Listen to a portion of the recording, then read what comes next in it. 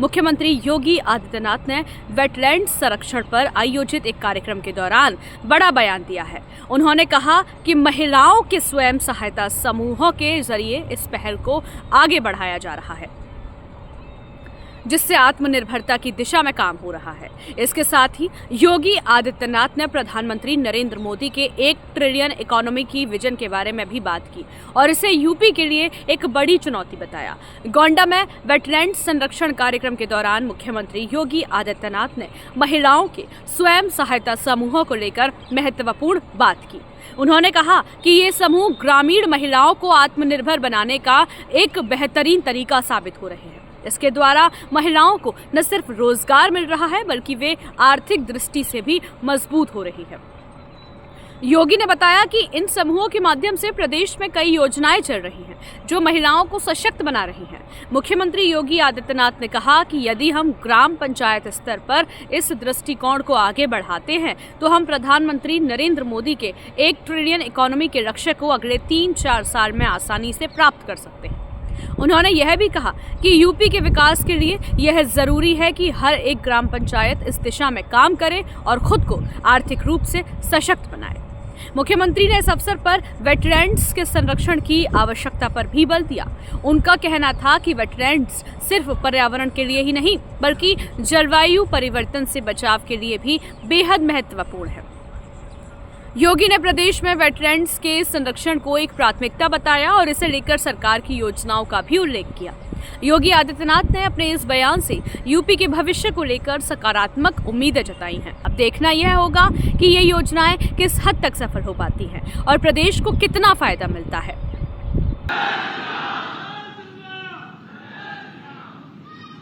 विश्व वेटलैंड्स दिवस के अवसर पर आयोजित आज के इस कार्यक्रम में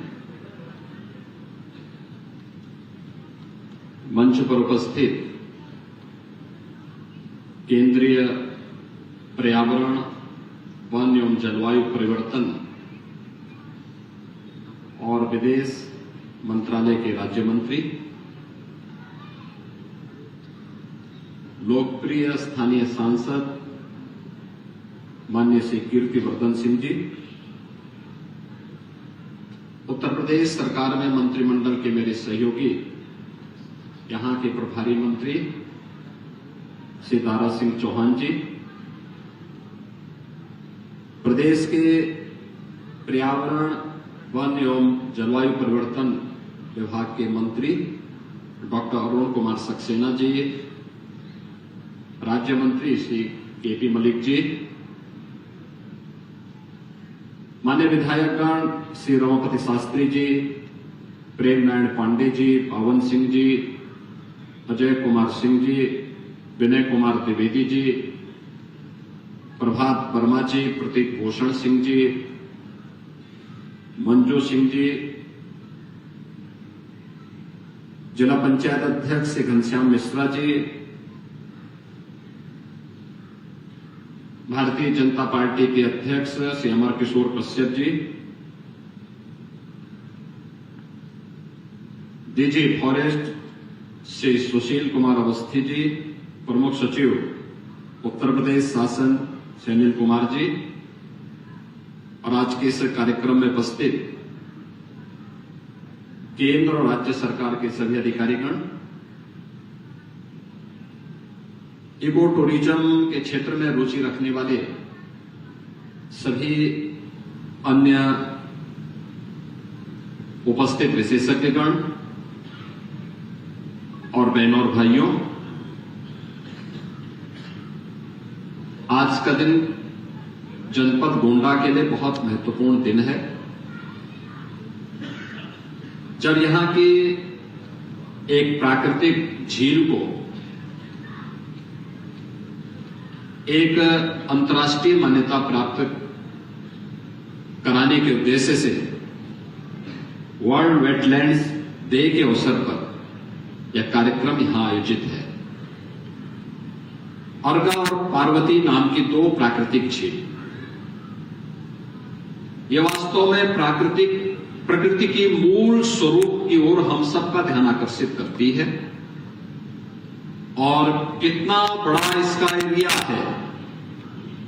मुझे पहली बार यहां पे आने का अवसर प्राप्त हुआ है, क्योंकि मैं अक्सर इधर से होकर के गुजरता तो था, लेकिन मुझे लगता है कि भारत की उस विरासत की प्रतीक है जो यहां पे घाघरा और सरयू नदी के कारण सैकड़ों वर्ष पहले जो एक प्राकृतिक झील बनी, उस झील का स्वरूप आज भी उस रूप में यहां पर मौजूद है। वह हम सब के लिए अत्यंत महत्वपूर्ण है और इस कार्यक्रम को यहां पर आयोजित करने के लिए मैं आदरणीय प्रधानमंत्री जी का, केंद्रीय पर्यावरण और वन मंत्री के रूप में यहां के लोकप्रिय सांसद को हृदय से धन्यवाद देता हूं कि उन्होंने इस कार्यक्रम को यहां पर आयोजित करके इसको एक मान्यता प्रदान करने का काम किया है।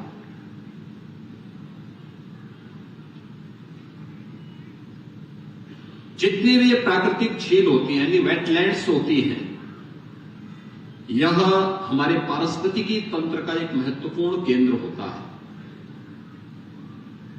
यह भूजल संरक्षण के लिए, सिंचाई और पेयजल की उपलब्धता, बाढ़ और सूखे पर नियंत्रण,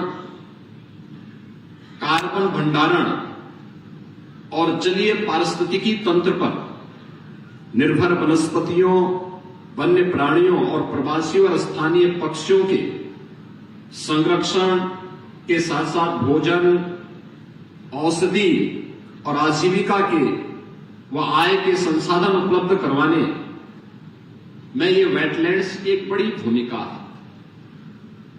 यानी केवल जलीय पारिस्थितिकी नहीं, बल्कि जीव और जंतु की पारिस्थितिकी इस वेटलैंड्स पर निर्भर करती है। यह प्रकृति के मूल स्वरूप को हम सबको अपनी ओर आकर्षित करने का और उसकी ओर ध्यान आकर्षित करने का एक माध्यम भी बनती है। और इसीलिए इस मूल स्वरूप के बारे में ही अथर्ववेद ने कहा, माता भूमि पुत्रोहम पृथिव्या, कि धरती हमारी माता है, क्योंकि हमें जीने के लिए उस प्रकार की पारिस्थितिकी तंत्र को विकसित करने में मदद करती है और हम सब इसके पुत्र हैं। तो एक पुत्र के रूप में हमारा दायित्व क्या है? एक पुत्र का दायित्व होता है अपनी मां का संरक्षण करें, उसकी सुरक्षा करें और उस दिशा में एक बेहतर प्रयास करें। अक्सर होता है कि इस प्रकार की जो भी साइट होती है वह अतिक्रमण की चपेट में आती है, बेतरतीब वहां पे निर्माण कार्य होने लगता है और उससे वहां पर जो पारिस्थितिकी तंत्र है वह प्रभावित होता है। आज इसका दुष्परिणाम तमाम वेटलैंड्स भुगत रही है। बहुत सारी जीव और जंतु की प्रजातियां इसके कारण नष्ट होती हैं और इसी को ध्यान में रख करके जो रामसर साइट थी, रामसर का जो इस अंतर्राष्ट्रीय वेटलैंड्स कन्वेंशन में 1971 में यह तय हुआ था कि दुनिया को बचाना है तो हमें इस पर ध्यान देना होगा। ये रामसर ईरान के अंदर एक स्थल है जहां पर एक इंटरनेशनल कन्वेंशन के माध्यम से 1971 से लगातार ये कार्यक्रम आयोजित होते हैं और दुनिया का ध्यान इस ओर आकर्षित किया गया था। और हमें बताते हुए प्रसन्नता है कि आज आदरणीय प्रधानमंत्री जी की प्रेरणा से, यानी देश की आजादी के बाद 65 वर्षों में मात्र 23 रामसर साइट तैयार हुई थी, यानी वेटलैंड साइट को चिन्हित किया गया था, जिन्हें मान्यता मिली थी। और पिछले 10 वर्ष में देश के अंदर 63 नई साइट को इसके लिए चिन्हित किया गया। यानी हमें अपने पारिस्थितिकी तंत्र को बचाने के लिए, भारत को समग्र विकास की दिशा में अग्रसर करने के लिए आज प्रधानमंत्री मोदी जी कितने आग्रही हैं, वह इसी से आप अंदाजा लगा सकते हैं। इस 65 वर्षों में हम लोगों ने लक्ष्य प्राप्त किया मात्र 23 का, और पिछले 10 वर्ष में हमने उस 23 साइट को बढ़ा करके आज 89 साइट तक पहुंचाने में सफलता प्राप्त की है। अकेले उत्तर प्रदेश के अंदर आप देखेंगे बहुत सारे ऐसे साइट हैं। उसके संरक्षण की दिशा में भी प्रयास हमें निरंतर करने पड़ेंगे। उस दिशा में एक नई शुरुआत होनी चाहिए। बहुत सारी जगह हम लोगों ने चिन्हित करके भी दिए हैं और मुझे अच्छा लगा कि यह कार्यक्रम उस दिशा में एक नया प्रयास प्रारंभ, इसके माध्यम से हम प्रारंभ करने में सफल होंगे। अगर यह वेटलैंड्स की दृष्टि से अगर हमने इसको टूरिज्म की दृष्टि से विकसित किया, मैं भी देख रहा था वहां से कि कैसे कितनी प्रकार की चिड़िया यहां पर बैठी हुई है। और याद रखना, ये यहां की स्थानीय भी है और प्रवासी भी है। कुछ पक्षियां तो ऐसी हैं जो हजारों किलोमीटर की दूरी तय करते हुए यहां पर आई हुई है और फिर जैसे यहां थोड़ी सी गर्मी बढ़ेगी फिर ये यहां से वापस अपने देश की ओर जाने लग जाएंगे। ये अपने साथ वहां की स्मृतियों को भी लेके आते हैं, वहां की परिस्थितियों को भी हमें अवगत कराने के लिए ये प्रेरित करती है। और याद करिए, जो एक छोटी सी पक्षी है कितने हजार किलोमीटर की दूरी तय करते हुए अपने आप आती है, हर बार आती है। ऐसा नहीं कि कभी वह गैप हो जाए, हर बार आती है फिर अपने समय पे वापस भी चली जाती है। यहां के स्थानीय स्तर पर ढेर सारे रोजगार सृजन का एक माध्यम बनता है। याद रखना, टूरिज्म अपने आप में एक बहुत बड़ा माध्यम है अर्थव्यवस्था को सुदृढ़ करने का, रोजगार के सृजन का और लोगों को अपनी साइट के बारे में, चाहे वह इको टूरिज्म का हो, चाहे वह हेरिटेज का हो और चाहे वह स्पिरिचुअल टूरिज्म का हो, ढेर सारे रोजगार के सृजन का वो माध्यम बनता है। याद करिए, अयोध्या धाम तो यहां से मात्र 20 किलोमीटर की दूरी पर है और 20 किलोमीटर की दूरी अयोध्या धाम की है। हम लोगों ने थोड़ा सा वहां पे ध्यान दिया, कनेक्टिविटी वहां की ठीक कर ली, थोड़ी सुविधाएं वहां बढ़ाई। 2016 में अयोध्या धाम में मात्र 2,35,000 श्रद्धालु या टूरिस्ट आया था और 2024 में इनकी संख्या बढ़कर के हो गई है 16 करोड़ 11 लाख। आप अनुमान करिए, क्या 2,35,000 में और 16 करोड़ 11 लाख में कोई अंतर ही नहीं है क्या? इससे वहां पे रोजगार के सृजन बड़े हैं। कोई गाइड के रूप में, कोई रेस्टोरेंट के रूप में, कोई टैक्सी के रूप में, कोई होटल चला रहा है, किसी ने वहां पर होम स्टे प्रारंभ किया है, किसी ने वहां पे टेंट सिटी प्रारंभ कर दी है, कोई फूल पत्ती और अपने व्यवसाय के साथ जुड़ गया है।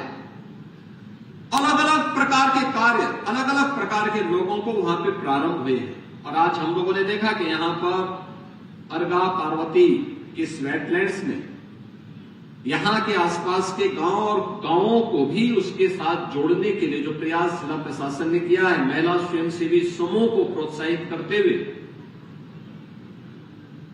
यहां पर अमेजन के साथ मिलकर के उनके प्रोडक्ट को ऑनलाइन सेल किया जा सके। ये प्रोडक्ट अपना देंगे, अच्छी पैकेजिंग। अब तक होता क्या था, प्रोडक्ट तो हमारे लोग अच्छा बना लेते थे, लेकिन हमें मार्केटिंग समस्या थी और पैकेजिंग की भी एक समस्या थी। अब पैकेजिंग के लिए भी उनको तैयार कर दिया गया, अच्छी पैकिंग हो रही है और मार्केटिंग के लिए इस प्रकार की संस्थाएं आपके बीच आ रही हैं, उसको मान्यता मिलेगी, लोग प्रोडक्ट के पीछे जाएंगे, लोगों को भी यहां के स्थानीय स्थितियों के बारे में जानकारी मिलेगी। महिला स्वयंसेवी समूह एक बहुत बड़ा काम कर सकती है आत्मनिर्भरता की दिशा में जो प्रधानमंत्री जी बार बार जिसकी ओर ध्यान आकर्षित करते हैं कि वोकल फॉर लोकल, आत्मनिर्भरता का लक्ष्य हम तब प्राप्त करेंगे जब स्थानीय स्तर पर लोग उन चीजों के बारे में बोलना प्रारंभ करेंगे, उसको देखना प्रारंभ करेंगे, उसकी खरीदारी करना प्रारंभ करेंगे। याद करिए, आज से 5 साल 7 साल पहले तक कोई पर्व त्योहार आता था, कोई आयोजन आपके घरों में होता था, तो आप क्या खरीदारी करते थे? आप चीन से के किसी प्रोडक्ट को खरीद करके गिफ्ट के रूप में देते थे। आज मैं देखता हूं कोई पर्व त्योहार आता है, कोई आयोजन आता है, किसी को जन्मदिन का हो या किसी अन्य मांगलिक आयोजन के अवसर पर कोई गिफ्ट देना हो, तो लोग 1 डिस्ट्रिक्ट 1 प्रोडक्ट का ही कोई एक पैकिंग खरीदते हैं और उसी को गिफ्ट में देते हैं। परिणाम क्या है? एक हमारे स्थानीय हस्तशिल्पी और कारीगर को उसका लाभ होता है, लोकल मार्केट सुदृढ़ होती है, ढेर सारे लोगों को रोजगार का माध्यम उसके माध्यम से प्राप्त होता है, और ये महिला स्वयंसेवी समूह के माध्यम से भी जो कार्य ये आगे बढ़ रहा है, ये यहां पर उन्हें आत्मनिर्भरता की ओर अग्रसर करेंगे। और आत्मनिर्भरता का ये लक्ष्य अगर प्रत्येक ग्राम पंचायत के माध्यम से हम आगे बढ़ा लेंगे, तो मेरा ये मानना है कि जो हम लोगों ने प्रधानमंत्री मोदी जी के विजन के लोग उत्तर प्रदेश की इकोनॉमी को $1 ट्रिलियन की इकोनॉमी बनाने के लक्ष्य की दिशा में कदम बढ़ाए हैं, बहुत दूर नहीं, अगले 3 से 4 वर्ष के अंदर हम इस लक्ष्य को प्राप्त करने में सफल हो जाएंगे।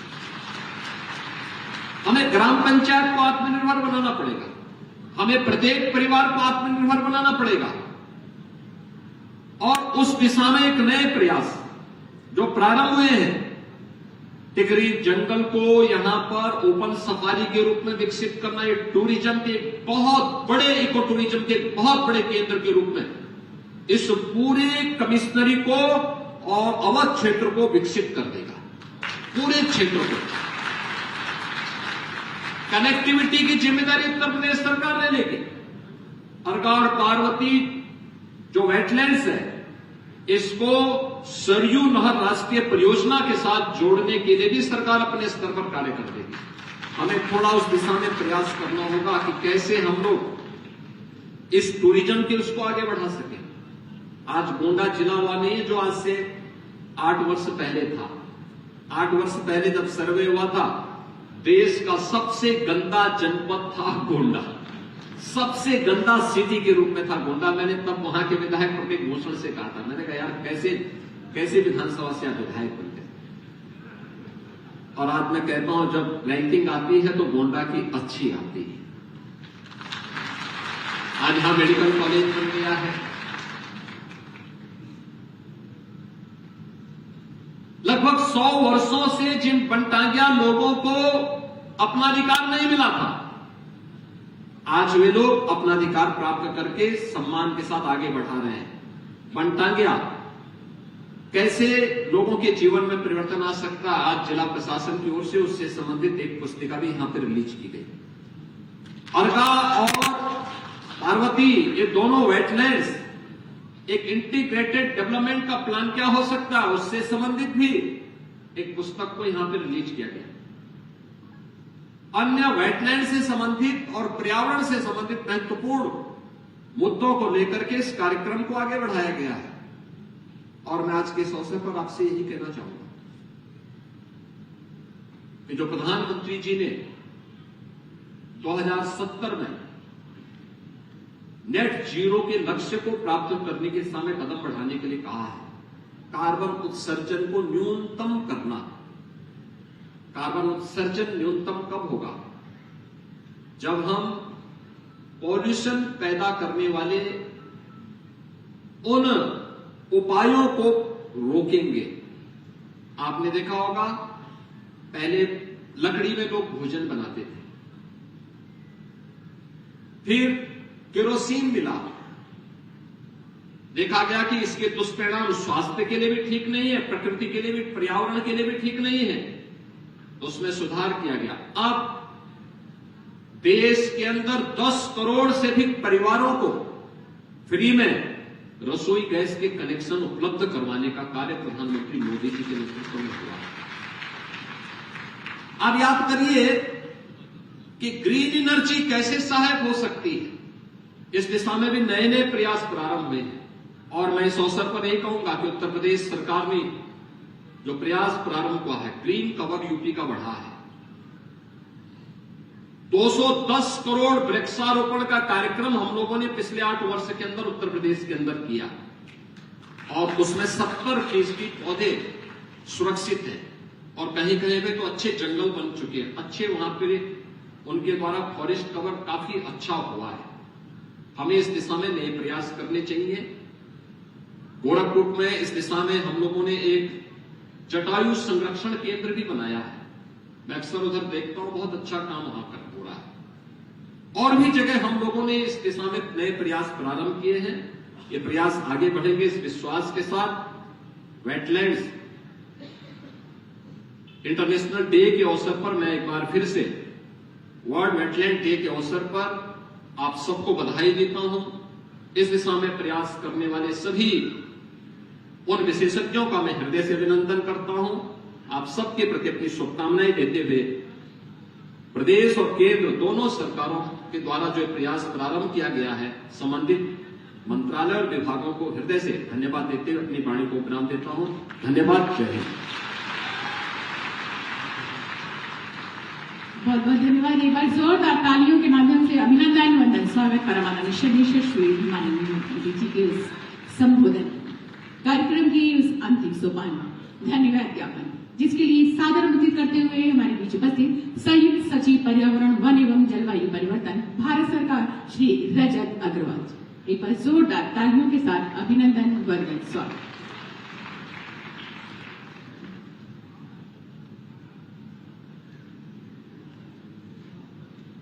परम आदरणीय